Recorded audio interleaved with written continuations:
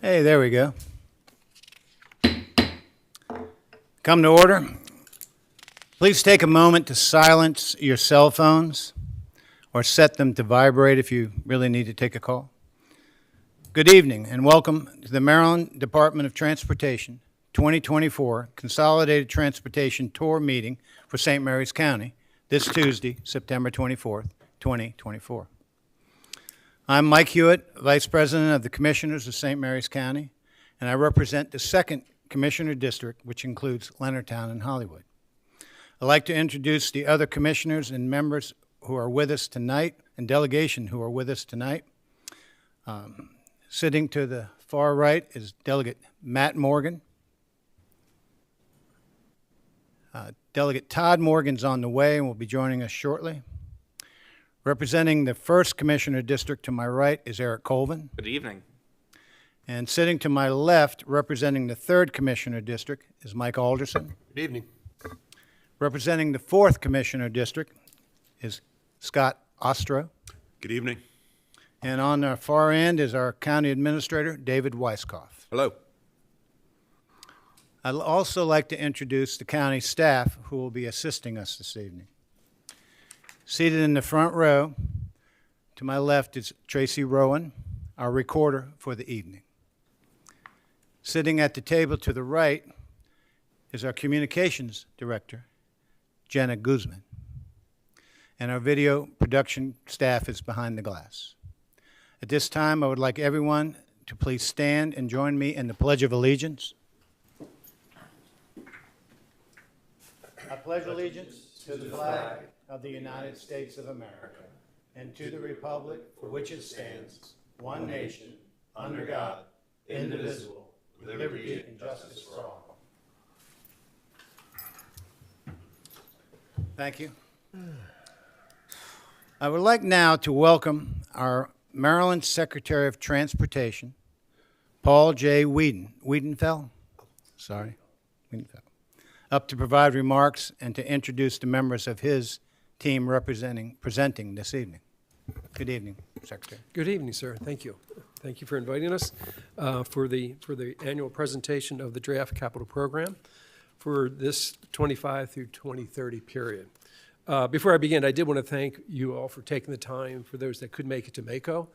We find those meetings very, very informative, both to learn of some of your needs and also just to share some of the different pressures that we're all under.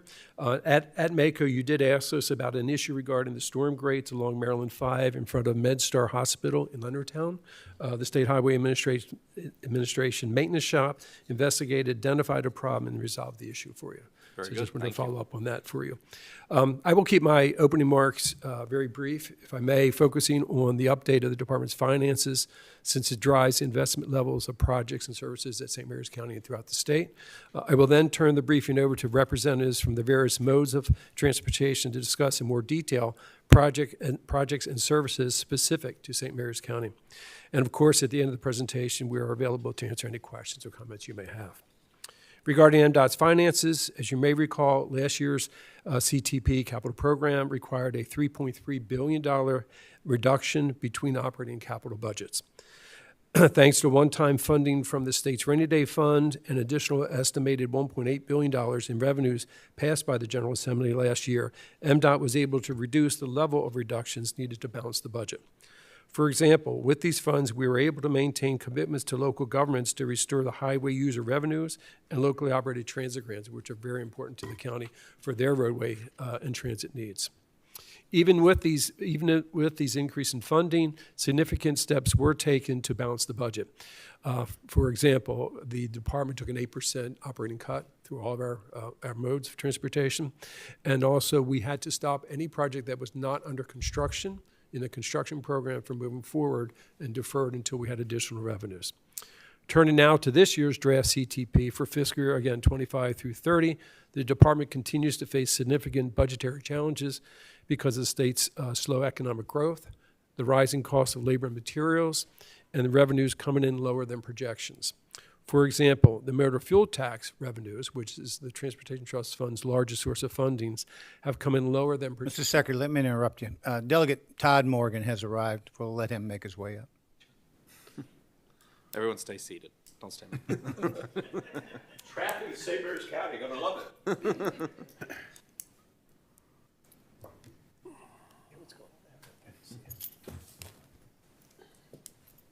Good evening, Delegate. Nice to see you again. Go ahead. I was giving some highlights of some of the financial issues that we're up against. And one of them is the motor fuel tax revenues not hitting the projections that we had anticipated to the tune of roughly $350 million over the 6-year program. In addition, our operating costs have increased by $300 million over that 6-year program. As a result of these financial pressures, the department is making focused investments on our limited resources to safety and maintaining the current operation. Getting into the details, the draft capital program is balanced and totals $18.9 billion over the 6-year period. However, because of fiscal constraints, we had to make tough decisions and reductions to live within our means. This resulted in a reduction of roughly $1.3 billion compared to the last year's final CTP. Some of the things that we did, since we had nowhere to go in terms of pulling construction projects down, we had to turn to our what we call development evaluation portion of the capital program, where basically we're doing environmental studies and the planning and all that, those type of work. Where we can, we're going to defer those projects because we don't have the state dollars to bring those projects to delivery. But we will continue to focus on maximizing federal dollars in that area. And then also we've had to turn to our basic state of good repair. We're constantly maintaining the system. We'll have to defer some of those projects into the future when we have additional dollars. So even with these reductions, we are committed obviously to continue to strategically think how we use these resources, and our number one priority will be safety of the system, both for anyone that uses the system, including those who walk and bicycle on the system, but also all the workers that work on the system. As you know, we've had several tragedies over the last few years on our system. In addition, our focus on safety, the department will continue to make strategic investments that support Maryland's families and economy of the state. Some examples include funding the Howard Street Tunnel to support growth of the Port of Baltimore, which creates thousands of family-sustaining jobs and actually supports the port's economic growth throughout the state. Funding of the AB Connector project to support continued operations and passenger experience at BWI Thurgood Marshall Airport. Supporting Amtrak's Frederick Douglass Tunnel project on the Northeast Corridor, which supports transportation up and down the Northeast Corridor and also for Marylanders in that system. And then advancing the public infrastructure work and enhancements for the FBI headquarters that the state was very fortunate to locate in the state in Greenbelt. So with that, I will now turn it over to Administrator Pines from State Highway to talk specific about some of the projects in St. Mary's County. Well, thank you, Mr. Secretary, and good evening, everyone. I'm Will Pine, State Highway Administrator, and I also want to take a moment to introduce our District Engineer for District 5, Kim Tran. She's here joined with me. I want to thank her for the great work that she does to help you and your local constituents resolve any needs that you have. And I do want to say she's doing a wonderful job. You've moved her up where she's supposed to be, so thank you. Thank you. I agree. Thank you. Welcome. At SHA, we understand the fiscal challenges Maryland is facing. However, I want to assure you of two things. First, SHA will continue to do big things, moving forward multimodal projects that focus on safety, accessibility, mobility, and equity. Second, safety will always be our top priority. This means building and maintaining a system that supports pedestrians, bicyclists, motorists, and all users, and as the Secretary said, including our highway workers. SHA has been a proud partner with the MDOT team on the new Complete Streets policy, and we're taking action with the Complete Streets Leadership Academy projects. Another key tool in our toolbox is the Pedestrian Safety Action Plan, or what we refer to as the PSAP program. SHA is underway with our first 5 PSAP locations, and I'm pleased to announce we've already expanded our pedestrian safety efforts and are bringing a critical project to St. Mary's. That'll be the Maryland 235 from Maryland 237 to Maryland 246, which will be included in a future round of those vulnerable road user projects.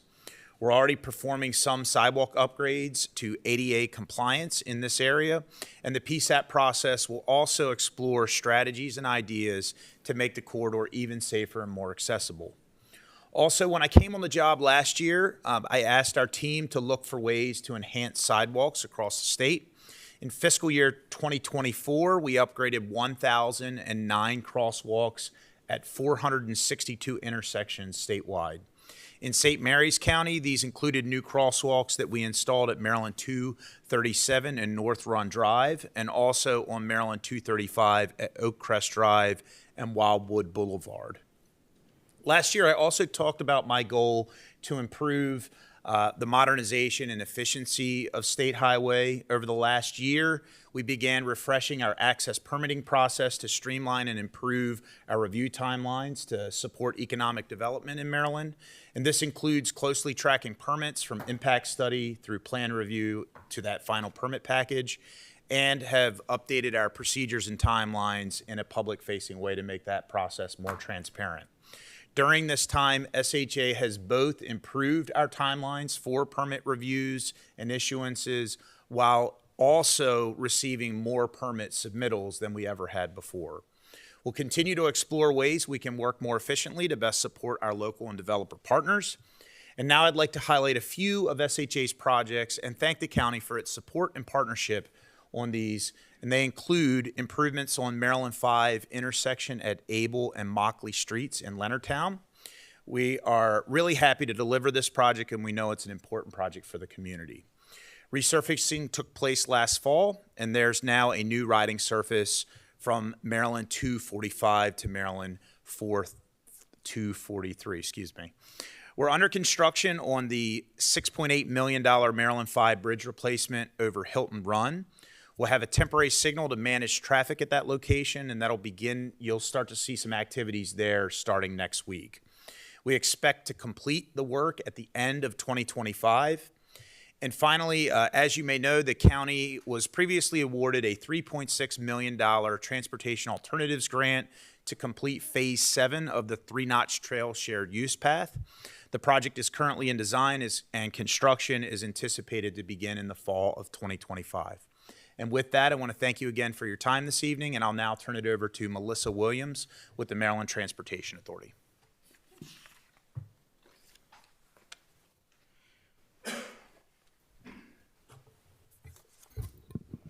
Good evening. Good evening.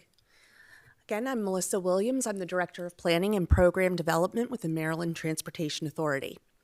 As part of the new Nice Middleton Bridge project this year, the MDTA opened a new administration building, which includes the Drive Easy MD Customer Service Center.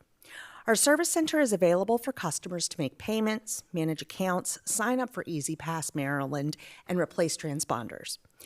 EasyPass customers may also download the new Drive Easy MD mobile app, which includes push notifications that provide alerts every time your transponder is read at a toll facility. Lastly, we deeply appreciate the outpouring of support in the immediate aftermath of the collapse of the Key Bridge. Maryland continues to work with our federal partners to secure 100% federal funding for the new bridge. The MDTA has sufficient cash flow and capital reserves through fiscal year 2025 to support additional expenses associated with the Key Bridge rebuild. However, the MDTA will be updating our financial forecasts before the end of this year to further evaluate the impacts of the collapse of the bridge and anticipated federal funding. Thank you very much for your time, and I would now like to introduce Travis from MTA. Yes, Can I ask you a quick question? please. If you don't get 100% funding for Key Bridge, what's the plan? If I could, we're working very closely with, obviously, the administration and across Congress to get that 100%. And that is our goal, and I do believe we will get it. If you don't get 100%? Obviously, we have, the toll authority has the, that they're their own So separate tolls is pocket. the alternative? It would come through their financing, yes. Thank you. Real quick, while we're on the Key Bridge there, today I believe Attorney General Anthony Brown released his lawsuit there against the Dahlia Company. And just reading through that really quick, if even 60% of what's true is in that document, that company shouldn't be in business, period. And it owes the state of Maryland a great deal of money. Families, the employees, any type of repercussions there. So I invite anyone to, we'll put those out on our social media accounts. I invite anyone that's concerned about the Key Bridge and that replacement to go take a look at that website and look at the actual lawsuit. Yes. No, I was there this morning when when that was announced, and it's not only the shipping company, but we're going after the operator as well. There were two separate There was companies. a lot of concern when this originally happened that Maryland would follow through with actually going after the operator, the shipping company, and everything. And I'm happy to see that they follow through with that promise. I had no doubt that it would do it from the beginning. So thank you. Thank you, Mr. Secretary.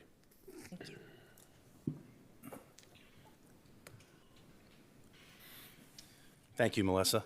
Good evening, everyone. Good evening. I'm Travis Johnston, the Director of the Office of Local Transit Support at the Maryland Transit Administration. Great to be here with you tonight. A safe, reliable, and rider-focused public transit system remains key to growing and strengthening our region. It means decreased carbon emissions, a reduction in traffic congestion, and safer streets for our entire region. A robust public transit system also means economic and social mobility.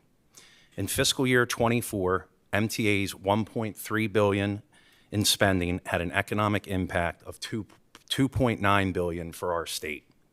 The work that we do supported 24,000 jobs across the state. In addition to MTA's investments, locally operated transit systems are critical partners in providing transit throughout the state. MTA has implemented a new funding allocation formula, which has made the distributions more equitable and responsive to changes in local jurisdictions' investment in transit service. The new formula benefits St. Mary's County with an increase of nearly $400,000 in operating funds. Overall, we invest in transit in St. Mary's County by providing more than $2 million in operating and capital grants to support the local transit operation. These grants provide funding for continued preventative maintenance, 3 small buses, and a new medium-duty bus. Thank you. I will now turn it over to Nikki Charlson from Before you MVA. go too. Sure. My understanding is we're expected to receive our funding, our operating funding for STS, our St. Mary's Transit, by the end of September. Yeah, so we're currently working on the grant agreements, and we plan to have them out next week. Okay, perfect. Thank you. No problem.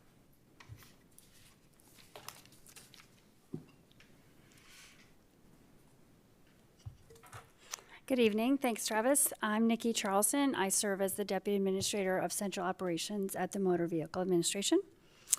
So customer service is the core of what we do, and we, based on our last data from August, we have a 99.5% customer satisfaction, so we are pleased to say that our efforts are paying off. We, in the last fiscal year, we processed over 11.5 million transactions at branch offices. But while that was a 6% increase from the prior fiscal year, we were able to keep our overall wait time average to 5 minutes. We're able to do that in part because of our online presence. And so about 80% of our transactions are actually done online, which saves customers from coming into the branches if they have that choice and they want to do that. One of our public service announcement tonight is to encourage all of our customers to get a MyMVA account. That's a secure way for you to perform transactions online, from driver services to vehicle services to requesting a title or disability products. And so we really encourage you and all of your constituents to take advantage of that online service and register for that. We are also engaged in local communities and partnered this year with the National Night Out and with the Three Oaks Center and Lifestyles of Maryland for outreach efforts. We also partner and strive to save lives on the roadways and to reach our goal of 0 fatalities, which the Secretary spoke about earlier. Last year, there were 13 people who lost their lives in St. Mary's, and as of so far this year, there have been 12. So earlier this month, Governor Moore announced that more than $34,000 in highway safety grants to law enforcement agencies and organizations, including your County Department of Health and the Sheriff's Office, to address speed, impairment, and distracted driving. In closing, many of our accomplishments, all of our accomplishments are due to the employees of MVA who work very hard to deliver premier customer service, and we're very proud to perform those services. And so with that, thank you for your time, and I'm going to turn it over to Ashish from the Maryland Aviation Administration. Thank you, Nikki. Commissioners, good evening. Good evening. Great to see you again. Pleasure to be here with you. So as a relay anchor, it's my pleasure to be brief and quick for the opportunity to brief you on aviation matters. In the past, I've talked about our program and safety programs and our initiatives at our airports. I want to share with you this time an update on our economic impacts that our aviation system provides. In fact, you certainly know what BWI and its strong economic generating operation that is, with over 100,000 jobs and over $14 billion in economic revenue there. I want to share with you what our regional airports do across the state. We actually have 33 public use airports in our state, including your St. Mary's County Regional Airport. We generate statewide at our regional airports $1.4 billion in economic activity, and that contributes to over 10,000 jobs across the state. Now, while those numbers don't complement what BWI is certainly doing, it does demonstrate the value that these regional airports have in our local communities, and certainly here. So here at St. Mary's County Regional, the data shows 900 plus jobs and over 108 million in business revenue. So this contributes both directly from the airport and indirect contributions because of the airport. So it's strong contribution, and St. Mary's County Regional certainly represents one of our top-tier performing airports. So you're saying that our airport represents 10% of the jobs that are being created by regional airports in the state? That's true. Thank you. Yes, sir. Lastly, I want to close out by saying our grant program is in support of our regional airports. This year, we're contributing $3.5 million in safety improvement projects, construction-ready, runway safety, apron types of projects that we can deliver to our customers, to our users today. With that said, I'm open to any questions you may have on our aviation system, and if not, it's my pleasure now to turn it over to Secretary Wiedefeld. You're not going away yet. I love it. Thank you, sir. So I'm really happy to hear that 10% of the jobs in private airports are in St. Mary's County. And more importantly, how fast this airport is the fastest growing regional airport in the state. Can you give me an idea, since we're going to go back, since I'm in transportation, as you well know, because you get to visit me regularly. How much money does BWI contribute to the Transportation Trust Fund annually? I don't have the top of my head, but I can get that. I don't know if you have. No, I don't have the exact number, but I can get that. I can tell you, in general, basically, they cover all their operating costs and a good portion of their capital program. It does vary depending on the capital, the influx of projects Correct. they get. And as you may recall, the way that model works, on the air side, it's 100% recoverable from the airlines, anything that we do on the air side. On the terminal, it's roughly 60% recoverable from the airlines, and the land side is all on the aviation administration. So the roads, the parking, and that. So it's a combination of that financial model. Thank you, Mr. Secretary. So in that regard, is that money then distributed by formula at the end of the day? Because one thing that St. Mary's, since I was a commissioner for 12 years and sat over there, and I get to sit over here, is that money then allocated proportionally as far as the distribution is concerned? Because one thing that really concerns me as the delegate now and the previous commissioner is the Transportation Trust formula. And the amount of money, as you previously described, is not there because we're taking budget cutback for other things that the administration has placed as a priority. In that regard, is there any hope of trying to restore anything to the Transportation Trust Fund based on, okay, I get the electrical vehicle, I've heard those speeches. I realize we're getting more miles per gallon in gasoline. I know the roads are getting torn up down here and throughout the state. So is there a plan in the future to help to restore that Transportation Trust Fund to take care of the roads that everyone, we have no public transportation down here per se. And I know that the administration pours a lot of money into public transportation in the metropolitan area. We can talk to my colleague here, he can go after the fare recovery system. Fare box recovery? Fare box recovery, that's your subject. But in the meantime, the question, can we get more money? Is there any way to receive more money through whatever to support Transportation Trust Fund that would be able to help our highways and byways here in the southern Maryland area and also over in Calvary and Charles County? Sure. Just on the aviation one first, anything that's generated at BWI has to stay on property under federal law, just so that we're clear on that. What we've tried to do is obviously be more efficient so that we have more dollars available in the capital program. And that's why we took this 8% cut on the operating budget, for instance, so that we could free up state dollars for the capital side. As you know, we actually, under state law, we're to recover 100% of our fees, with some of the fees at the MVA, for instance, of that sort. We were in like the 80%. It had dropped that far down. So last year, we started to raise those. So you do see that going up, but it's really just basic cost recovery. Again, that frees up state dollars to apply to projects across the state, whether it's in Southern Maryland, Western Maryland, Eastern Shore, or obviously the metropolitan area. Thank you, Mr. Secretary. Our goal tonight was hopefully to let them finish their total program, get into public comment if there was any, and then I was going to open up the questions from the dais. I'm sorry I was late. Well, That's okay. Yeah, we can do it that way. Thank you, Ashish. In closing, I do want to take a moment to discuss the other economic engine of the state, which is the Port of Baltimore. And as was mentioned, that suit was laid out today. The port is rebounding very strongly since the reopening of the port, since the tragic incident.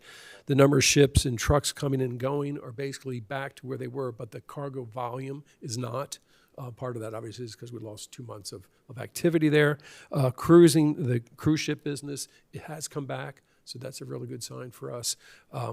We have a very good reputation in the business, to be frank, of how we handle our customers, and that was really underlined, during the shutdown of the Port of Baltimore. So we've seen that, so they've come back. So it's a great step forward, but we still have a long way to go. So with that, I'd be glad to take any questions, or if you want me to. what I'd like to do is go through the public comment, because I honestly believe the public is the most important people to hear from.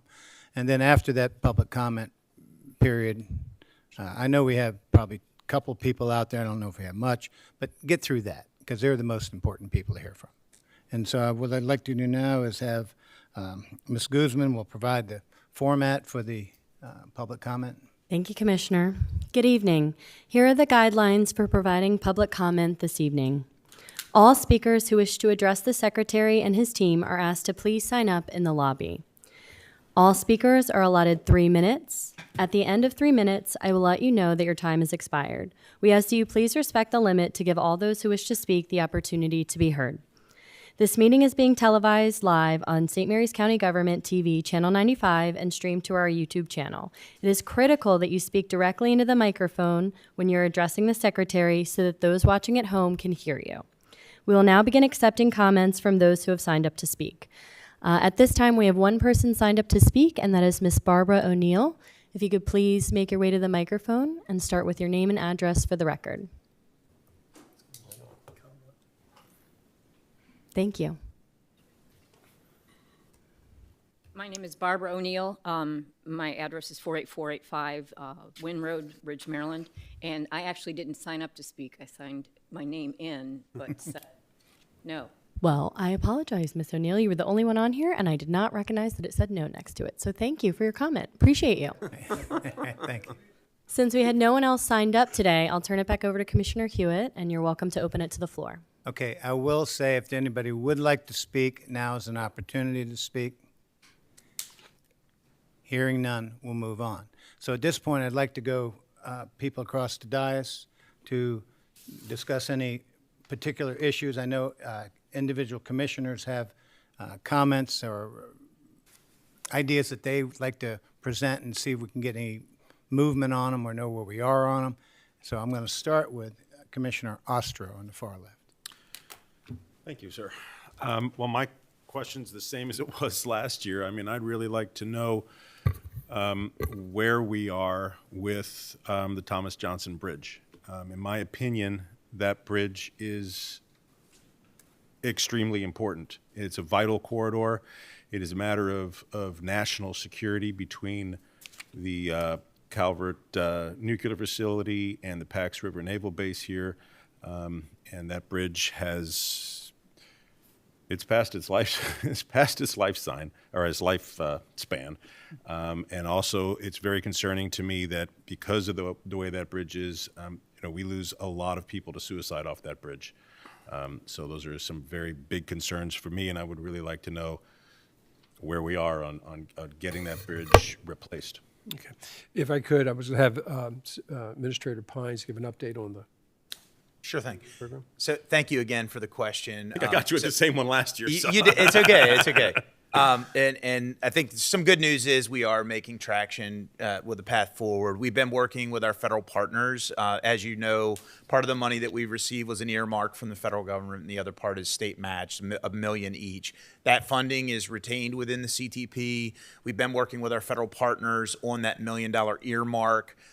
We go through an approval process. It's kind of minutia for most people, but for us, typically when we don't have full funding for the project, they want to make sure that we're allocating it to activities that will be fruitful for the long term, even if the rest of the funding isn't near term. So we now have their approval on those activities. We are starting in the spring of 2025. To work on geotechnical activities, bathymetric survey, and kind of looking into the Coast Guard height issue.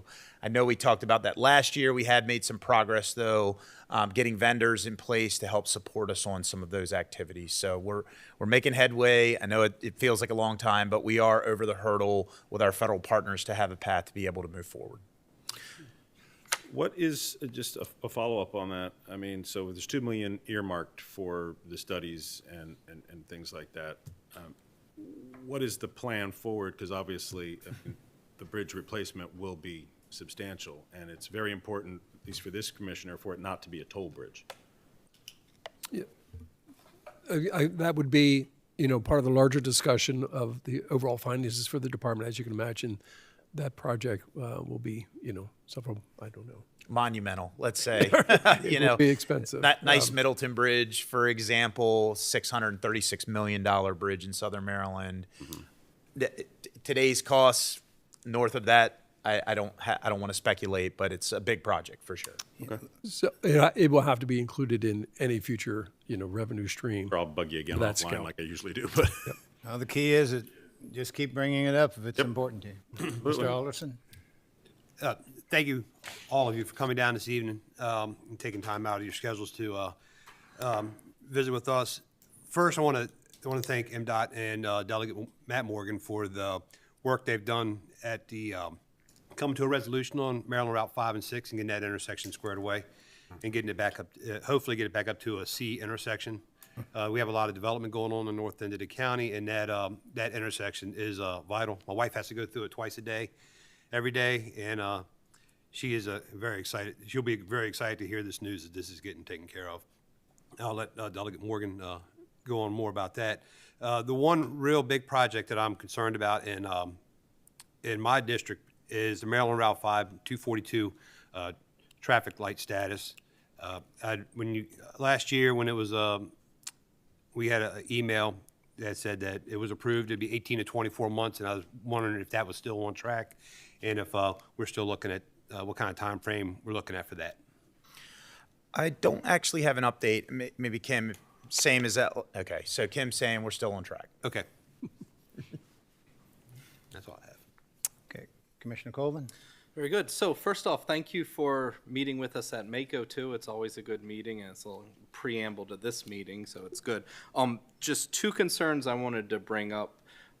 First, commuter bus slots. We've heard rumblings in the past that that's being condensed because of budget issues, and our Hollywood Volunteer Fire Department commuter bus slot is a really important one. It's the furthest south one, and basically if it's not there, people are just going to keep driving and not stop at other ones.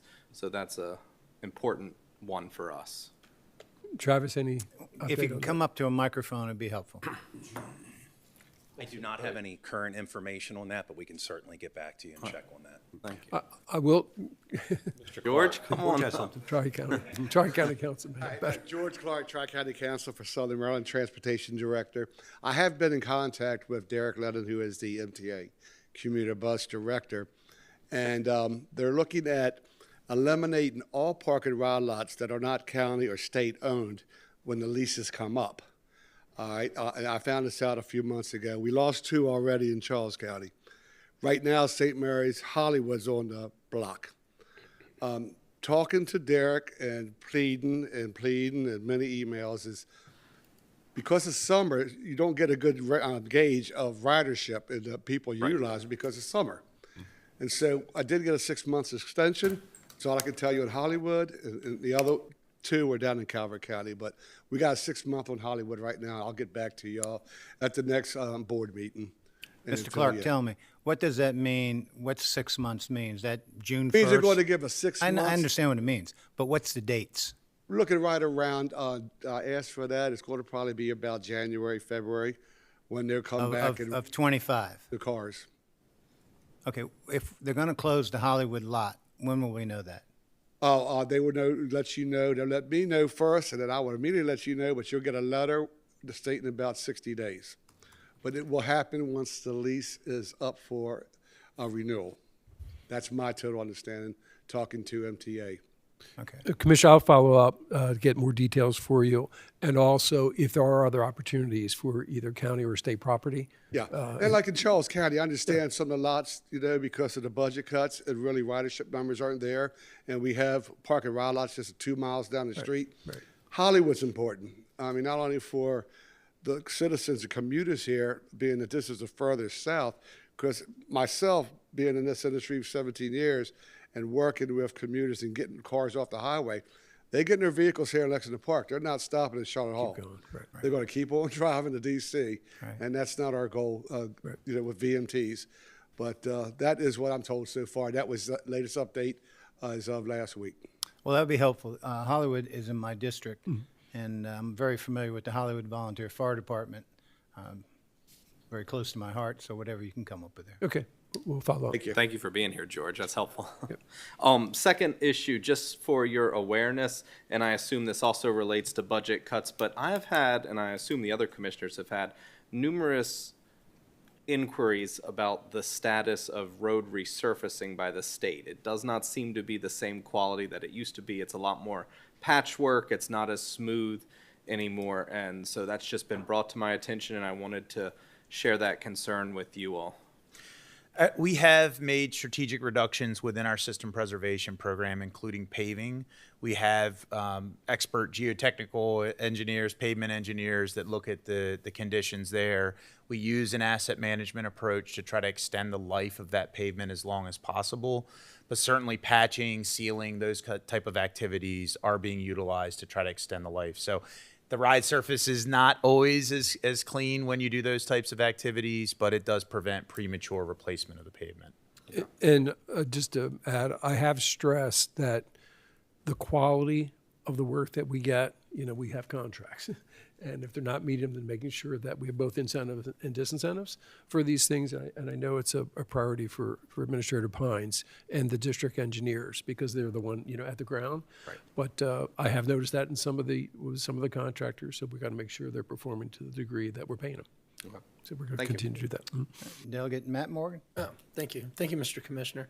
Thank you, Mr. Secretary. Thank you, Mr. Pines, for showing up here and telling us about it. Good news and bad news. Let's do the bad news first. Your initial comments on the Transportation Trust Fund painted a kind of a dreary picture. I know the citizens, especially in this area, I've gotten a lot of feedback on some of the laws and tax increases that the General Assembly passed last year dealing with car registrations. You didn't touch on the purple line. Last time I checked, the purple line was about $4 billion over budget. So is that project finally going to be completed? What's the status of it? And is there any talk about actually, we've referred to it as fare box recovery, making the people that utilize the service pay for the service? Because right now, it sure seems, I think it's factually true, that motorists are paying for a huge percentage of mass transit right now. And Mr. Secretary, before you answer, for the public's edification, we have people maybe watching, hopefully we do, and if you can tell us what the purple line is. The purple line is a light rail line that's being built between Bethesda and New Carrollton, so from Montgomery County over to Prince George's Montgomery County. County. Yes, sir. And it was a project that was started several years ago. It's almost a decade ago now. It had significant contractual issues with the vendor that they had. That then was switched to a different vendor. So to be frank, when I came on board about 18 months ago, basically contractually, I looked at what leverage do I have, if any. It's very limited, to be frank. It's a P3, it's a public-private partnership. So we're not building it. It was contracted out. We will not operate it. It will be contracted out. That was all done, obviously, to attempt to save dollars there. There were significant utility issues related to that project. When the project was stopped, the MTA basically took on those utility portion of the projects, which are the most volatile portions of any major project like that. They in turn found tremendous bedrock when they went down and some of the other issues with that. So that drove a lot of the cost up, which then does fall to the state. I believe we are at the end of that because everything else is in the contract, so we'll be on the contractor. So we're very aggressive in trying to get that open as quickly as we can. We're looking at 27 to have that open, and we're trying to hold to that date and hold their feet to the fire. I meet literally every week on that project with the contractor and with the different, there's a finance arm to that, and with them to make sure that we're getting, again, what we're paying for, because it has a long history, this project does. And unfortunately, it is what it is. I can't undo that would be the great news, to be able to wrap up that project, just to give the listeners, as Commissioner Hewitt was just saying, citizens, they subsidize 92% of the operating costs for light rail. And, they're paying 100% of their costs for their commute and their vehicles. So I do believe that scale is a little bit off. So I appreciate the straightforward answers on that. So now for the good news, I've had a great relationship with you guys at SHA. I do want to thank Kim Tran for, I put out earlier last week, we finally got approval to make some modifications to stoplight up there at Route 5 and Route 6. The developer is going to be on the hook to pay for some improvements at the trail there. So I think it should really win-win situation. It should help out commuters as well as provide some additional safety for those utilizing the three-notch trail. So thank you for that and finally getting the ball rolling on that. I just want to quickly talk about a couple local projects that we have and people have asked me about in the community. Commissioner Alderson already has talked about the stoplight at Morganza Turner Road. I appreciate your answer on that. Before the budget cuts last year, dealing with the Transportation Trust Fund that triggered the tax increases, there was some sidewalk projects that were funded in Leonardtown, dealing with on Hollywood and Leonardtown Road through the town of Leonardtown. Do we know the status of those right now? So I did talk in my remarks about completing the Mockley Street, like those projects that have been underway. We finished that in September. Would be from Leonard's grant to the actual town. Yeah, that's that Baldridge Street project. That project is on hold pending the design and construction funding. In other words, we're not funded for it in the CTP. And additionally, that project, my understanding is we need to work out with the town and the county on the acquisition of the right-of-way to complete the work. Because the sidewalks are slightly bigger, and I think you needed some stormwater management. Correct. So we can pursue discussions there, but we don't have the funding to advance the design and construction at this time. Okay, moving on. I can't remember if we talked about, I'm going to call it a bridge replacement, but it's really elevating the road there at 243 in Britton Bay. Now, that was also under some, that ring a bell? It doesn't. No, we're going to have to follow up with you on that. Both of us are looking at, apologize, I don't have notes on that one. Okay. So 243 bridge replacement, we'll get back to you. Delegate. Gotcha. I appreciate that. The second one, I know the town of Leonardtown would always appreciate talking about a stoplight at Tudor Hall. Going there right coming out of Clark's Arrest. They've been lobbying for that for years. And it would really help, I think, even though Moakley and Able have been significantly improved with that breakout project that we completed a year ago, having a light there to enable people to come out of that intersection as well as their future development phase of Tudor Hall, I think would really kind of break up traffic and allow some of those driveways and like major intersections like at the hospital a little bit more easier access out into Route 5. So I know they're concerned about that. And then probably my last question or comment on something, Ms. Tran, I just got a Facebook message talking about your Route 5, Route 6. And there was concerns ever since we moved the farmer's market, which was one reason why we redid the trail, moved the farmer's market from the library. Now it's over on 236. A couple residents have contacted me with concerns about the single timing at that stoplight. Hopefully, we can probably work on that after the improvements at Route 5 and Route 6 are done, because I think we made changes on that timing stoplight on 236 to try to improve that intersection out Route 5 and 6. So it's just something to be a heads up from. And once we can get that project done, we're more than willing to work with you guys to get that straight. So. Absolutely. As part of the project, you'll need to revisit the timing as a whole. So we'll definitely look at that as part of the developer work. So And we'll take a look at that other traffic light. well, I appreciate it so much. Thank you for coming again. Delegate Todd Morgan. Thank you.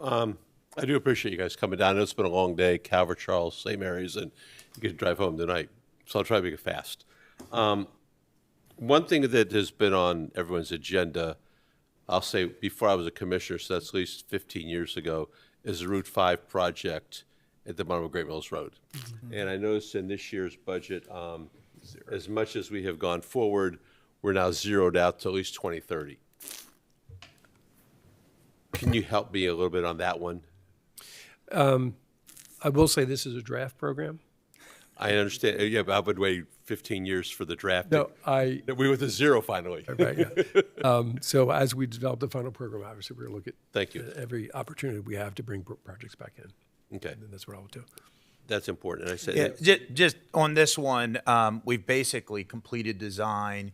We're still closing out the right-of-way and utilities so that whenever construction money would be forthcoming, it's on the shelf, ready to go. And now every project, the longer it sits, the ready-to-go status needs to be refreshed, but we have it there. We've pretty much completed design and are clearing right-of-way and utilities to have it in good shape. okay, And what we're doing, I mean, just so I'm clear, we're taking a look at all our federal sources and where can we maximize those, because they all have different, parameters to use some of those. So if there's an opportunity to move a project because of the federal portion of it, then we'll pursue it. So, it will be different by project, to be frank. Okay. If there's something that's pure safety and we get 100% federal, we're just going to go do it, right? Or if we can break apart a project and pull portions of it that are safety and we get 100% federal, we'll do it. Again, because of the limited state dollars. So that's why I'm saying in between the draft and the final, our entire team is going through literally thousands of projects, looking for opportunities to deliver more. and we appreciate that very much. I said the big thing that we worry about in the rural areas, as you probably heard from the Eastern Shore folks, and I don't know if you've been to Western Maryland yet. There's a tremendous emphasis now on mass transit in the urban areas, and as Delegate Morgan points out, the Fairbucks recovery system is such that the taxpayers are paying 90% of the bill. And then the rules are sort of sitting out there going, what do we get? And I know Commissioner Osterhouse has talked about the bridge, and we've been talking about the bridge for 20 years. And some of the studies I think the administrator you're looking at now might have been done years ago when we analyzed alternatives to the bridge, the depth of the bridge, the height of the bridge, et cetera, et cetera. And I just hope we're not going back through the same rounds of things that have been studied 15 years ago, long before your administration came in. No, so again, and I talked about that a little bit with the Federal Highway side. They want to make sure we're using their funds fruitfully. So the geotechnical information, that's like what's buried in the ground. So that's not changing. That'll be fruitful regardless of when the project moves forward. Bathymetric survey, that provides essentially the topography underwater, allows you to know how the river is set up, and will let you lay out pier locations and do some basic groundwork on where a bridge should be. So You say that's never been done before? the bathymetric survey probably was done for a scour analysis to a limited degree. This will be a much more extensive underwater survey. Okay, thank you. That stays consistent, but what keeps changing is the politics. So, just to give you, and piggyback on what Delegate Morgan said, prior to 2018, on the fare box recovery ratio, I mean, riders of mass transit paid 35% of what the operating cost is. Now they pay 8. So, I mean, the politics of it has changed, and they got rid of those caps, and now the Transportation Trust Fund seems to be struggling, and the problem I think we have in the rural areas is that balancing of that budget is constantly done on the backs of motorists, and I don't know if I can relay just how disappointing that is if you represent a rural area. If I may, there is one other element that on the fare box recovery. During COVID, both of the major systems basically were not collecting fares. And Yeah, that but was for, the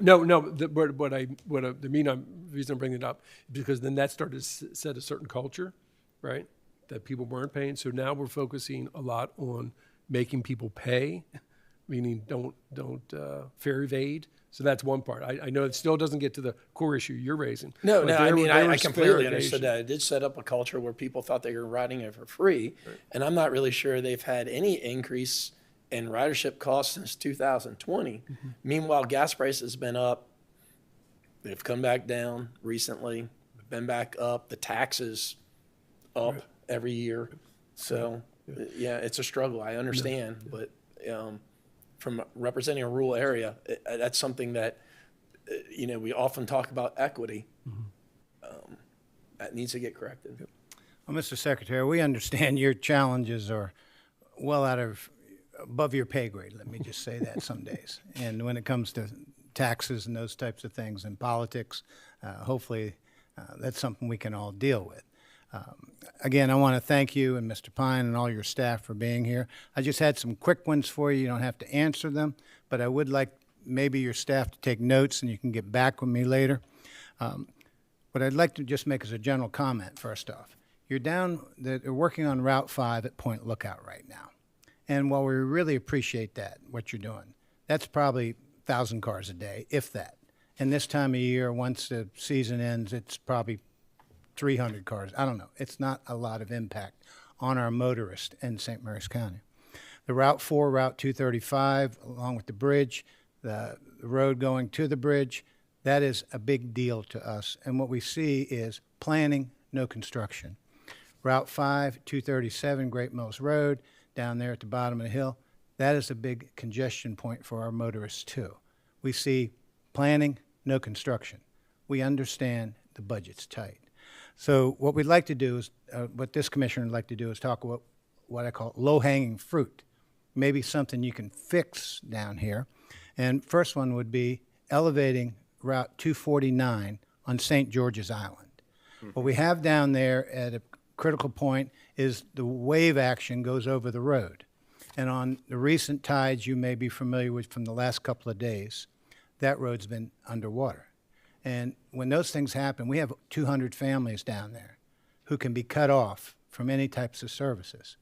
We've talked about elevating that roadway and also doing a revetment. Again, it's not a cheap project, but when you're talking about bridges, when you're talking about purple lines, these types of things, it is cheap. And it has a big impact on safety for people. Because I know you talked about the governor is concerned about operational and safety continuing. Second thing is at FDR Boulevard and Route 4 northbound. FDR Boulevard is turned into a very, very well-used road in St. Mary's County since we've opened it up from Route 4 to Route 237, now down onto Hewitt Road, and it will eventually go down to Peg Road, where we just awarded that last contract to finish it up. Point is, we're getting a lot of traffic that comes northbound on 4, gets to that intersection, gets in the right-hand lane, and a right turn lane would relieve a lot of congestion right there. The point is I measured it myself. I'm not an engineer. I apologize. I don't want to say I am. But it looks like I've measured the lane. You would have enough room if you moved that curb over 3 feet. You have a fire hydrant there that would not be impacted, but you could alleviate a lot of traffic that wants to turn right and go on FDR Boulevard. we found that that section of the road, FDR Boulevard, gets almost 12,000 to 14,000 cars a day. It's heavily used. Now, the last one is Route 235 to the bridge. There's been talk about dualizing the Route 4 section where it goes from Patuxent Boulevard to the bridge, because it comes in there and it squeezes to 2-lane, and then it goes to the bridge. Now, there was some talk, I don't remember exactly, of taking that dual lane all the way to the bridge, and then obviously collapsing it at the bridge. When people go over the bridge, then they go back on. It seemed like if we could do an improvement like that, it would help get traffic off at 235 northbound in the evening, even though it has been better recently. I'll say that. But those are three what I would call low-hanging fruit projects that would benefit the people who travel down here on our roadways and help us alleviate some of the congestion we're feeling. We appreciate everything you're doing. Similar to my delegates and my fellow commissioners, are frustrated, but look, the money's not there. I don't want to raise taxes. Do I want to find better ways to do this? Obviously, but my magic ball is broke. So I don't know. We will follow up on those, specifically those three. Because I really believe those are safety issues, and that would be decongestion issues that people could appreciate immediately and wouldn't cost you hundreds of thousands of dollars. If I could, Mr. Secretary, just the two projects, FDR and Maryland 235, we will need that. Those are sounds small, but it's kind of big to investigate. But St. George's, we did recently with the coastal flooding last few days, go out and our maintenance shop did respond to that. But in addition to that kind of routine thing, this fall we are planning to extend about 75 feet of riprap to help armor that better. And we won some we went through a competitive process to utilize PROTECT funding to be able to install living shoreline and some other improvements there. So design is kind of beginning on that process now. So, we're not fully funded to do everything that would need to be done there, but we are making investments to make improvements on St. George's. Well, what I know that you did up on State Highway did up in Chesapeake Beach, I think. They raised the road, I think about 9 inches of asphalt. And it alleviated a problem that they had there. So I guess I'm not asking you to invent the wheel or reinvent the wheel. Right. Just watch it roll and copy it. Yeah. And I will follow on Commissioner Hewitt, where you talk about St. George Island. Now, we've had your staff down there, MDE, DNR, a number of people, and the answer MDE says you must put in a living shoreline. And I've been opposed to that idea, and I've been very public about that because, quite frankly, that road is low. The flooding this weekend that took place, one big storm and a big fetch, I think it's going to wipe it out. I think the revetment answer is the one, but under MDE's new rules, you're going to do what we say, not what we tell you to do. And that living shoreline is going to go in, and I'm just going to wait and see what happens in 5 or 6 years after it's installed to see if that really becomes the answer to help prevent that flooding when those big storms and those high floods come in. In addition to the living shoreline, we do have some drainage improvements and also roadway improvements as well. I don't know if it's going to get everywhere you want to be, but we are definitely doing more there than just the shoreline. Thank you. Okay, well, if you can get back to us on that. Now, I will say, does anybody else have any questions that they feel like they need to ask that they didn't get a chance to? Oh, Ms. O'Neill, do you want to speak now? Mr. Hewitt, actually, I wasn't going to speak, but just kind of hearing Well, the then, conversation. Ms. O'Neill, let me interrupt you just for a second. So we do allow public comment, and we allow it to be 3 minutes. Yes. So I'll let you go ahead and take advantage of that opportunity now, and just understand we have a clock there. All right. Thank you. Go ahead. Some of it's in reference to some of the comments you made, so. And if you could please make sure that you're speaking right into that microphone so everyone at home can hear you. Okay, again, my name is Barbara O'Neill, and I live at 48485 Wynn Road, Ridge, Maryland. After hearing some of the conversations about the about the transportation in this county, we're a unique county in that we are many peninsulas that make one big giant peninsula. And it's always been difficult here to manage the growth with what's going on. I live on Wynn Road. At the end of Wynn Road, it got floods every high tide we got. Courtney's is underwater right now, I bet.